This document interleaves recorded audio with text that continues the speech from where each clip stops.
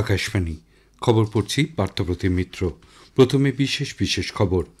বিরোধী আইএনডিআই এর উপরাষ্ট্রপতি পদপ্রার্থী বি সুদর্শন রেড্ডি আজ তার মনোনয়নপত্র পেশ করেছেন। সংসদে বাদল অধিবেশনের শেষ দিনে আজ বিরোধীদের হৈহট্টগোলের জেরে লোকসভার অধিবেশন অনির্দিষ্টকালের জন্য মুলতবি, রাজ্যসভার অধিবেশনও দুপুর 2টো পর্যন্ত মুলতবি হয়ে গেছে। প্রধানমন্ত্রী নরেন্দ্র মোদী আগামীকাল পশ্চিমবঙ্গ বিহার সফর করবেন। কলকাতায় তিনি 5,200 কোটিরও বেশি মূল্যের উন্নয়নমূলক প্রকল্পের উদ্বোধন ও শিলান্যাস করবেন।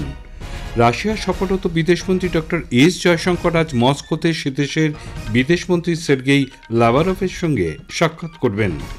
গাজা শহর দখলের উদ্দেশ্যে ইসরায়েলি সেনা তাদের অভিযানের প্রথম পদক্ষেপ শুরু করেছে। জম্মু কাশ্মীরের ডাল লেকে আজ প্রথম খেলো ইন্ডিয়া ওয়াটার স্পোর্টস উৎসবের সূচনা হবে। আসছে বিস্তারিত খবরে। বিরোধী আইএনডিআই এর উপরাষ্ট্রপতি পদপ্রার্থী প্রাক্তন সুপ্রিম কোর্ট বিচারপতি বি সুদর্শন রেড্ডি আজ সংসদ ভবনে তার মনোনয়নপত্র জমা দিয়েছেন। কংগ্রেস সভাপতি মল্লিকার্জুন খার্গে, প্রবীণ কংগ্রেস নেতা সোনিয়া গান্ধী, এনসিপি এসসিপি নেতা শরদ পাওয়ার, সমাজবাদী পার্টির নেতা রামগোপাল যাদব, ডিএমকের তিরুচি শিবা, তৃণমূল কংগ্রেসের শতাব্দী রায় উপস্থিত ছিলেন।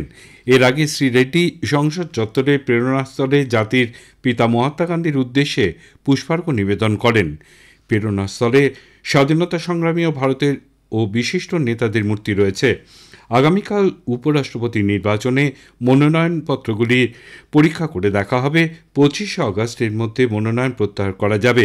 আগামী 9 সেপ্টেম্বর উপরাষ্ট্রপতি পদে নির্বাচন হবে। জগদীপ ধনখড় স্বাস্থ্যজনিত কারণে গত মাসে ইস্তফা দিলে উপরাষ্ট্রপতি পদের নির্বাচন প্রয়োজন হয়ে পড়ে। এটি 17তম উপরাষ্ট্রপতি পদের জন্য নির্বাচন। লোকসভা এবং রাজ্যসভার সদস্যরাই নির্বাচনে অংশগ্রহণ করবেন। সংসদে বাদল অধিবেশনের শেষ দিনে বিহারে ভোটার তালিকার বিশেষ নিবিড় সংশোধনী এসআইআর সহ একাধিক বিষয়ে বিরোধী দলগুলির হৈহট্টগোলের জেরে লোকসভার অধিবেশন অনির্দিষ্টকালের জন্য এবং রাজ্যসভার অধিবেশন দুপুর 2টো পর্যন্ত মুলতবি হয়ে গেছে। আজ সকাল 11টায় লোকসভার কাজ শুরু হবার পরই বিরোধী দলগুলি এসআইআর নিয়ে সংসদে আলোচনার দাবি জানাতে থাকেন। অধ্যক্ষ ওম বিড়লা প্রশ্নোত্তর পর্ব শুরুর নির্দেশ দেবার পরও বিরোধী সদস্যদের হৈহট্টগোল অব্যাহত থাকায় প্রথমে বেলা 12টা অবধি মুলতবি ঘোষণা করেন। 12টার পর সবার কাজ শুরু হবার পরই বিরোধী দলের সদস্যদের হৈহট্টগোল জারি থাকায় অনির্দিষ্টকালের জন্য তিনি সবার কাজ মুলতবি ঘোষণা করেন। प्रयास करना चाहिए कि हमारी स्वच्छ लोकतांत्रिक संस्था के अंदर अच्छी परंपराएं, अच्छी प्रॉपर्टियों को हम लागू करें। इसके लिए सभी राजनीतिक दलों को आत्म मंथन करना चाहिए ताकि देश की लोकतांत्रिक स्वच्छ संस्था की हम मर्यादा को बना रखें और यहाँ अपने आचरण व्यवहार से एक आदर्श स्थापित कर सकें। सभा की कार्रवाई अनिश्चितकाल के लिए स्थगित की जाती है। অপরদিকে রাজ্যসভায় ডেপুটি চেয়ারম্যান হরিবংশের কাছে বিভিন্ন বিরোধী রাজনৈতিক দলের পেশ করা 18টি মুলতবি প্রস্তাব জমা পড়লেও তিনি তা খারিজ করে দেন। এরপরই বিরোধী দলের সাংসদরা স্লোগান এবং চিৎকার হৈহট্টগোল শুরু করলে বেলা 2টো পর্যন্ত সবার কাজ মুলতবি ঘোষণা করা হয়।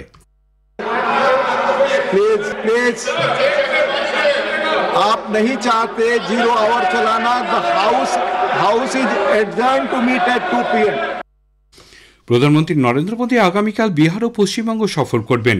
সফরকালে শ্রী মোদী বিহারের গয়ায় 13,000 কোটি টাকার একগুচ্ছ উন্নয়নমূলক প্রকল্পের উদ্বোধন ও শিলান্যাস করবেন। বিহারের উত্তর ও দক্ষিণ অংশের মধ্যে যোগাযোগ স্থাপনে গঙ্গা নদীর ওপর আউন্তা সিমারিয়া সেতু প্রকল্পের পাশাপাশি শ্রী মোদী উদ্বোধন করবেন বখতিয়ারপুর থেকে মোকারমার মধ্যে 31 নম্বর জাতীয় সড়কের 4টি লেনের। স্বাস্থ্যক্ষেত্রের বিকাশে প্রধানমন্ত্রী মুজাফফরপুরে হোমি ভাভা ক্যান্সার হাসপাতাল ও গবেষণা কেন্দ্রের উদ্বোধন করবেন ওই দিন। একই সঙ্গে প্রধানমন্ত্রী 1,260 কোটি টাকার নগর পরিকাঠামো প্রকল্পের শিলান্যাস করবেন। গয়া দিল্লির মধ্যে অমৃত ভারত এবং বৈশালী এবং কোডারমার মধ্যে সার্কিট ট্রেনে যাত্রা শুরুর সংকেত দেবেন শ্রী মোদী। পশ্চিমবঙ্গ সফরে শ্রী মোদী মেট্রো রেলের 3টি নতুন পথে যাত্রা শুরুর সংকেত দেওয়া সহ 5,200 কোটি টাকারও বেশি উন্নয়নমূলক প্রকল্পের উদ্বোধন ও শিলান্যাস করবেন। দীপাবলি ও ছট পুজো উপলক্ষে 12,000 বিশেষ ট্রেন চালানো হবে বলে রেলমন্ত্রী অশ্বিনী বৈষ্ণব ঘোষণা করেছেন। বিহারের জাতীয় গণতান্ত্রিক জোট এনডিএ নেতাদের সঙ্গে আলোচনার পর মন্ত্রী একথা জানান। जो दीपावली और छठ के आगामी 2 बड़े त्योहार हैं, इसके लिए विशेष व्यवस्था की जाए, ऐसी डिस्कशन में आया। और साथ ही साथ ये भी ध्यान रखा जाए कि किस तरह से हमारे यात्रियों को रिटर्न जर्नी में सुविधा हो। तो इस चर्चा के बाद में ये तय हुआ 12,000 स्पेशल ट्रेन चलाई जाएंगी, जिससे कि यात्रियों को इन 2 बड़े पर्वों पर किसी भी प्रकार की असुविधा न हो। তিনি বলেন, মন্ত্রক কেবল নতুন ট্রেনই নয়, আরও বেশ কয়েকটি পরিকাঠামোগত প্রকল্প নিয়েও কাজ শুরু করেছে। কয়লা খাদান নিলামে 13 রাউন্ড আজ নতুন দিল্লিতে শুরু হবে। কয়লা মন্ত্রকের উদ্যোগে স্বচ্ছভাবে এবং প্রতিযোগিতার ভিত্তিতে কয়লা খাদান বন্টনের লক্ষ্যে এই নিলামের আয়োজন করা হয়েছে। এর ফলে বিকশিত ভারতের লক্ষ্যে দেশের শক্তির নিরাপত্তা বৃদ্ধি পাবে বলে মনে করা হচ্ছে। প্রধানমন্ত্রী নরেন্দ্র মোদী আগামী 31শে আগস্ট আকাশবাণীতে মন কি বাত অনুষ্ঠানে তার চিন্তাভাবনা দেশ বিদেশের মানুষের সঙ্গে ভাগ করে নেবেন। এটি হবে মন কি বাতের 125তম পর্ব। বেলা 11টা থেকে আকাশবাণী এবং দূরদর্শনের সবকটি চ্যানেল এবং Akashvani news on AIR website, mobile app, প্রধানমন্ত্রীর দপ্তর, তথ্য ও সম্প্রচার মন্ত্রকের ওয়েবসাইট ও ইউটিউব চ্যানেলে মন কি বাত সম্প্রচারিত হবে। এই খবর শুনছেন আকাশবাণী থেকে।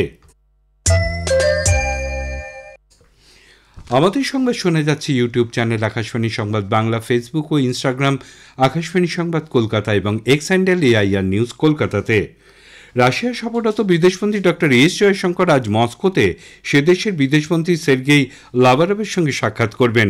দুদেশের কৌশলগত অংশীদারিত্ব আরও সুদৃঢ় করার লক্ষ্যেই এই বৈঠক। দ্বিপাক্ষিক ও আঞ্চলিক এবং আন্তর্জাতিক বিভিন্ন বিষয় নিয়ে কথা বলবেন তারা। কৃষি, বিজ্ঞান ও প্রযুক্তি, পরিকাঠামো উন্নয়ন সংক্রান্ত বিষয়ে সহযোগিতা বৃদ্ধি নিয়েও বৈঠকে আলোচনা হবে। এশিয়া প্রশান্ত মহাসাগরীয় অঞ্চলের নিরাপত্তা ব্যবস্থা, রাশিয়া ইউক্রেন দ্বন্দ্ব, আফগানিস্তানের বর্তমান পরিস্থিতি, প্যালেস্টাইন ইসরায়েল সংঘাত নিয়েও মত বিনিময় করবেন তারা। বিদেশমন্ত্রী ডক্টর এস জয়শঙ্কর বলেছেন, ভারত রাশিয়া অংশীদারিত্ব ক্রমশ শক্তিশালী হচ্ছে। দুদেশের মধ্যে সহযোগিতার নতুন ক্ষেত্র ও সুযোগ আরও প্রসারিত হচ্ছে। মস্কোয় ভারত রাশিয়া ব্যবসায়িক ফোরামের বক্তব্য রাখার সময় তিনি বাণিজ্যিক পরিধি বৃদ্ধি, বিনিয়োগ, যৌথ প্রকল্পের পরিকল্পনা এবং অর্থনৈতিক সহযোগিতা বৃদ্ধির নতুন দিগন্ত উন্মোচনের জন্য ব্যবসায়ীদের প্রতি আহ্বান জানান।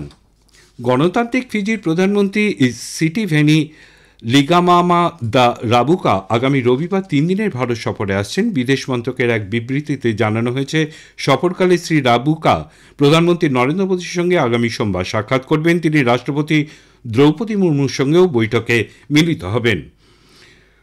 ফিজির প্রধানমন্ত্রীর ভারত সফরে দুদেশের মধ্যে সম্পর্ক আরও দৃঢ় হবে বলে মনে করা হচ্ছে। গাজা শহর দখল ও নিয়ন্ত্রণের জন্য ইসরায়েলি সেনা স্থলপথে তাদের পরিকল্পিত অভিযানের প্রথম পদক্ষেপ শুরু করেছে বলে ঘোষণা করেছে। আরও বৃহত্তর আকারে অভিযান চালানোর জন্য শহরের বাইরের দিকে, বিশেষ করে জেইতৌন এবং জাবালিয়া এলাকায় বাহিনী প্রস্তুত রয়েছে। ইসরায়েলের প্রতিরক্ষামন্ত্রী ইসরায়েল কাটজ গতকাল এই অভিযানে অনুমতি দেন। চলতি সপ্তাহে সে দেশের মন্ত্রিসভার বিষয়টি পর্যালোচনা করা হবে। পাকিস্তানের বাণিজ্যমন্ত্রী জাম কামাল খান 4 দিনের বাংলাদেশ সফরে গতরাতে ঢাকা পৌঁছেছেন। পাকিস্তান ও বাংলাদেশের মধ্যে দ্বিপাক্ষিক সম্পর্ক জোরদার করা এবং অর্থনৈতিক সহযোগিতা বৃদ্ধির লক্ষ্যে এই সফর বলে বাংলাদেশ সংবাদ সংস্থা জানিয়েছে। জম্মু কাশ্মীরের ডাল লেকে আজ প্রথম খেলো ইন্ডিয়া ওয়াটার স্পোর্টস ফেস্টিভ্যাল সূচনা হবে। 3 দিনের এই জাতীয় স্তরের প্রতিযোগিতায় 36টি রাজ্য এবং কেন্দ্রশাসিত অঞ্চলের 400রও বেশি প্রতিযোগিতায় অংশ নেবেন। উদ্বোধনী অনুষ্ঠান আজ সন্ধ্যে 6টায় শুরু হবে। কেন্দ্রীয় প্রতিমন্ত্রী শ্রীমতী রক্ষা খাড়সে এবং অন্যান্য বিশিষ্ট ব্যক্তি অনুষ্ঠানে উপস্থিত থাকতে পারেন বলে মনে করা হচ্ছে। শেষ করার আগে খবরের বিশেষ অংশ আরেকবার। বিরোধী আইএনডিআই এর উপরাষ্ট্রপতি পদপ্রার্থী বি সুদর্শন রেড্ডি আজ তার মনোনয়নপত্র জমা দিয়েছেন। সংসদের বাদল অধিবেশনের শেষ দিনে আজ বিরোধীদের হই হট্টগোলের জেরে লোকসভার অধিবেশন অনির্দিষ্টকালের জন্য মুলতবি। রাজ্যসভার অধিবেশনও দুপুর 2টো পর্যন্ত মুলতবি হয়ে গেছে। প্রধানমন্ত্রী নরেন্দ্র মোদী আগামীকাল পশ্চিমবঙ্গ ও বিহার সফর করবেন। খবর এখনকার মতন শেষ হলো। এরপরেই শুনুন স্থানীয় সংবাদ।